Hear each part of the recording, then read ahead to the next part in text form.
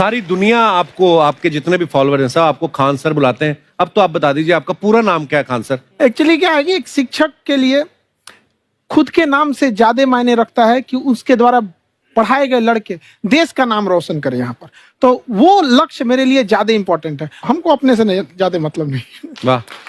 मैं खान सर के बारे में बता दूं कि इनका यूट्यूब पे जो एजुकेशनल चैनल है उसके 17 मिलियन मतलब 1,70,00,000 फॉलोअर्स ज़्यादा है। अब 19 हो गए। 19 हो गए।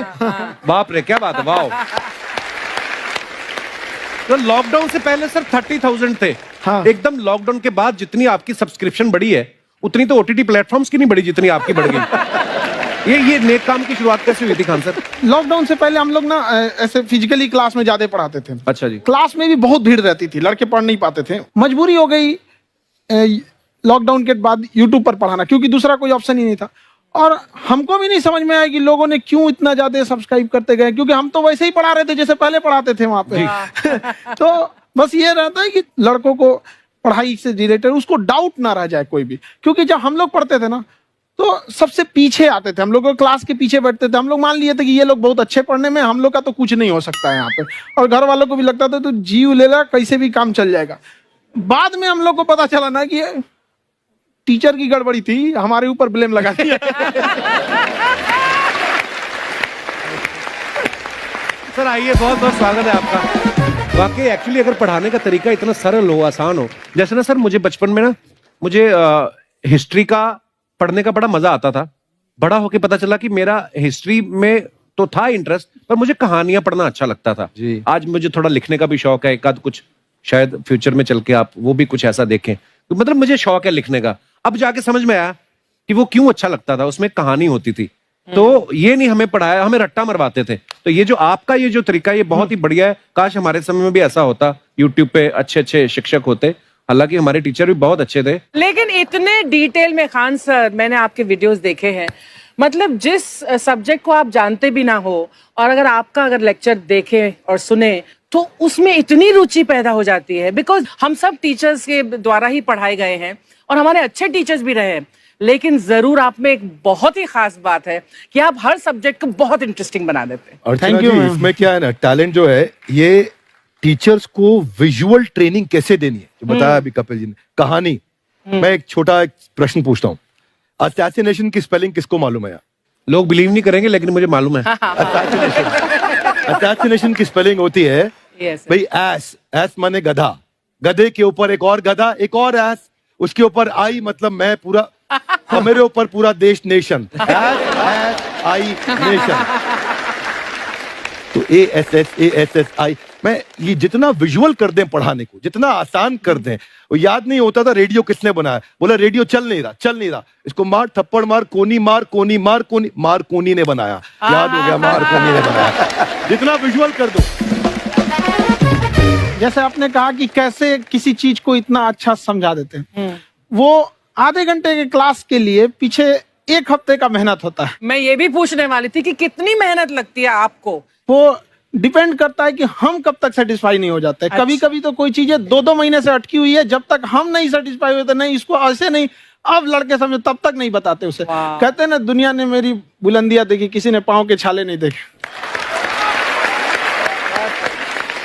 क्या है ना कि हम लोग अपने स्टूडेंट लाइफ में इतना पीछे थे ना, कभी कभी अपने आप को से डर लगने लगता था, यार हम कहाँ आ गए, हमारा कुछ हो सकता है कि नहीं हो सकता है यहाँ पे। तो लेकिन ना कुछ सीखने का बड़ा शौक था। हाँ। तो जैसे एक फिल्म बनाने से पहले डायरेक्टर कितने महीने की प्रैक्टिस करता है, 2 साल की मेहनत के बाद एक 3 घंटे की फिल्म बनाना पड़ता है। उस तरह से थोड़ा काफी मेहनत करना पड़ता है पीछे से, तब जाके समझ में आता है। और धीरे धीरे एक्सपीरियंस होने से थोड़ा समझ में आ जाता है कि क्या कहाँ पे कौन सा चीज डाउट आएगा वहां पे। और आपसे पढ़ाई करने का ये भी फायदा है कि ये पीट नहीं सकते ना यूट्यूब चैनल से, अंदर से निकल के थप्पड़ भी नहीं मार सकते। हमें तो पीटा इतना है ना, हम तो मतलब टीचर से सवाल नहीं पूछ सकते थे। अभी बचपन में पूछ भी लिया ना कि सर सूरज कितना दूर है, तुझे जाना है उधर है। मतलब ये नहीं कि बच्चे के साथ दोस्ती करो, उसके साथ। आजकल माहौल बहुत बदल गया है, अब तो बच्चों की पिटाई भी नहीं होती, हमारे टाइम बड़ी पिटाई होती थी। हम भी कहते हैं, हमसे भी लड़के नहीं पूछते हैं, क्योंकि उन्हें पूछने की नौबत ही नहीं आती है। क्लियर हो जाता है ऐसे ही। वाह क्या बात है। मैंने देखा है सर आपके फॉलोअर्स में रवीना टंडन भी है एक। तो जब आप आए, कितनी मुस्कुराहट आई खान साहब आपके। तो जब कभी आप कोई नया वीडियो डालते हैं तो आप उनको पर्सनली मैसेज करते हैं कि किसी चीज पे डाउट हो तो कॉल मी एनी टाइम, ऐसा करते हैं आप। अच्छा, विवेक सर के बारे में हमने सुना है कि किसी को बिजनेस रिलेटेड प्रॉब्लम हो तो ये 5 सेकंड के अंदर जवाब दे देते हैं। जब भाभी जी आपको तैयार होने के बाद पूछती मैं कैसी लग रही हूँ, 5 सेकंड में जवाब दे पाते हैं आप? देखिए, इसमें तो सभी लोग पीड़ित हैं और हर जगह, हर घर में ये जरूर सुना होगा सबने कि बच्चों के चक्कर में तुम्हारे साथ रह रही है, वरना तुमको तो कब का छोड़ के चली गई होती। ये बड़ी कॉमन बात है। So right. So right. Parmeet sir बोलते हैं आपको ऐसा? आप तो कभी नहीं बोलती होंगी। इनका उल्टा है, इनका एटीट्यूड पति वाला है वैसे, तो इसलिए। क्या प्रॉब्लम है? नहीं, कोई औरतों को प्रॉब्लम मतलब मर्दों से कम बिल्कुल मत समझो। नहीं, ठीक है, पर ऐसे मुक्के वगैरह नहीं मारने चाहिए आपको।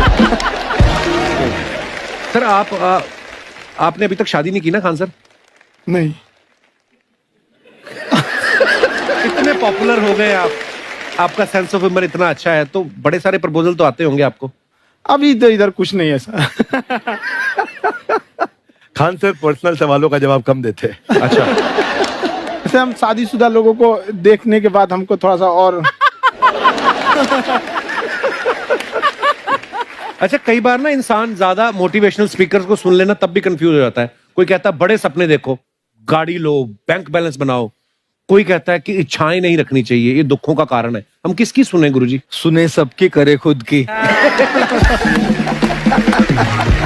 जो दिल से निकले। दिल से निकले, क्योंकि जो सुनते हैं हम कई बार सुनते हैं और उसको खुद की प्रोसेसिंग करते ही नहीं है, और जब दूसरों की बातें सुनकर बिना प्रोसेस करके फॉलो करने लगते हैं, उसी को तो हम अंधश्रद्धा कहते हैं। बिल्कुल। उसको प्रोसेस करें, अपने दिल से जो रेजोनेट होता है उसको सोचे और फिर करें। मम्मी सुना, मेरी मम्मी के आगे डॉक्टर फेल है। मम्मी की जो सहेली ऑन द स्पॉट इसके साथ बैठी है, और इनको अगर कोई प्रॉब्लम है, फॉर एग्जाम्पल कोई शुगर की प्रॉब्लम है, तो उन्होंने जो बोल दिया वो अंतिम सत्य है।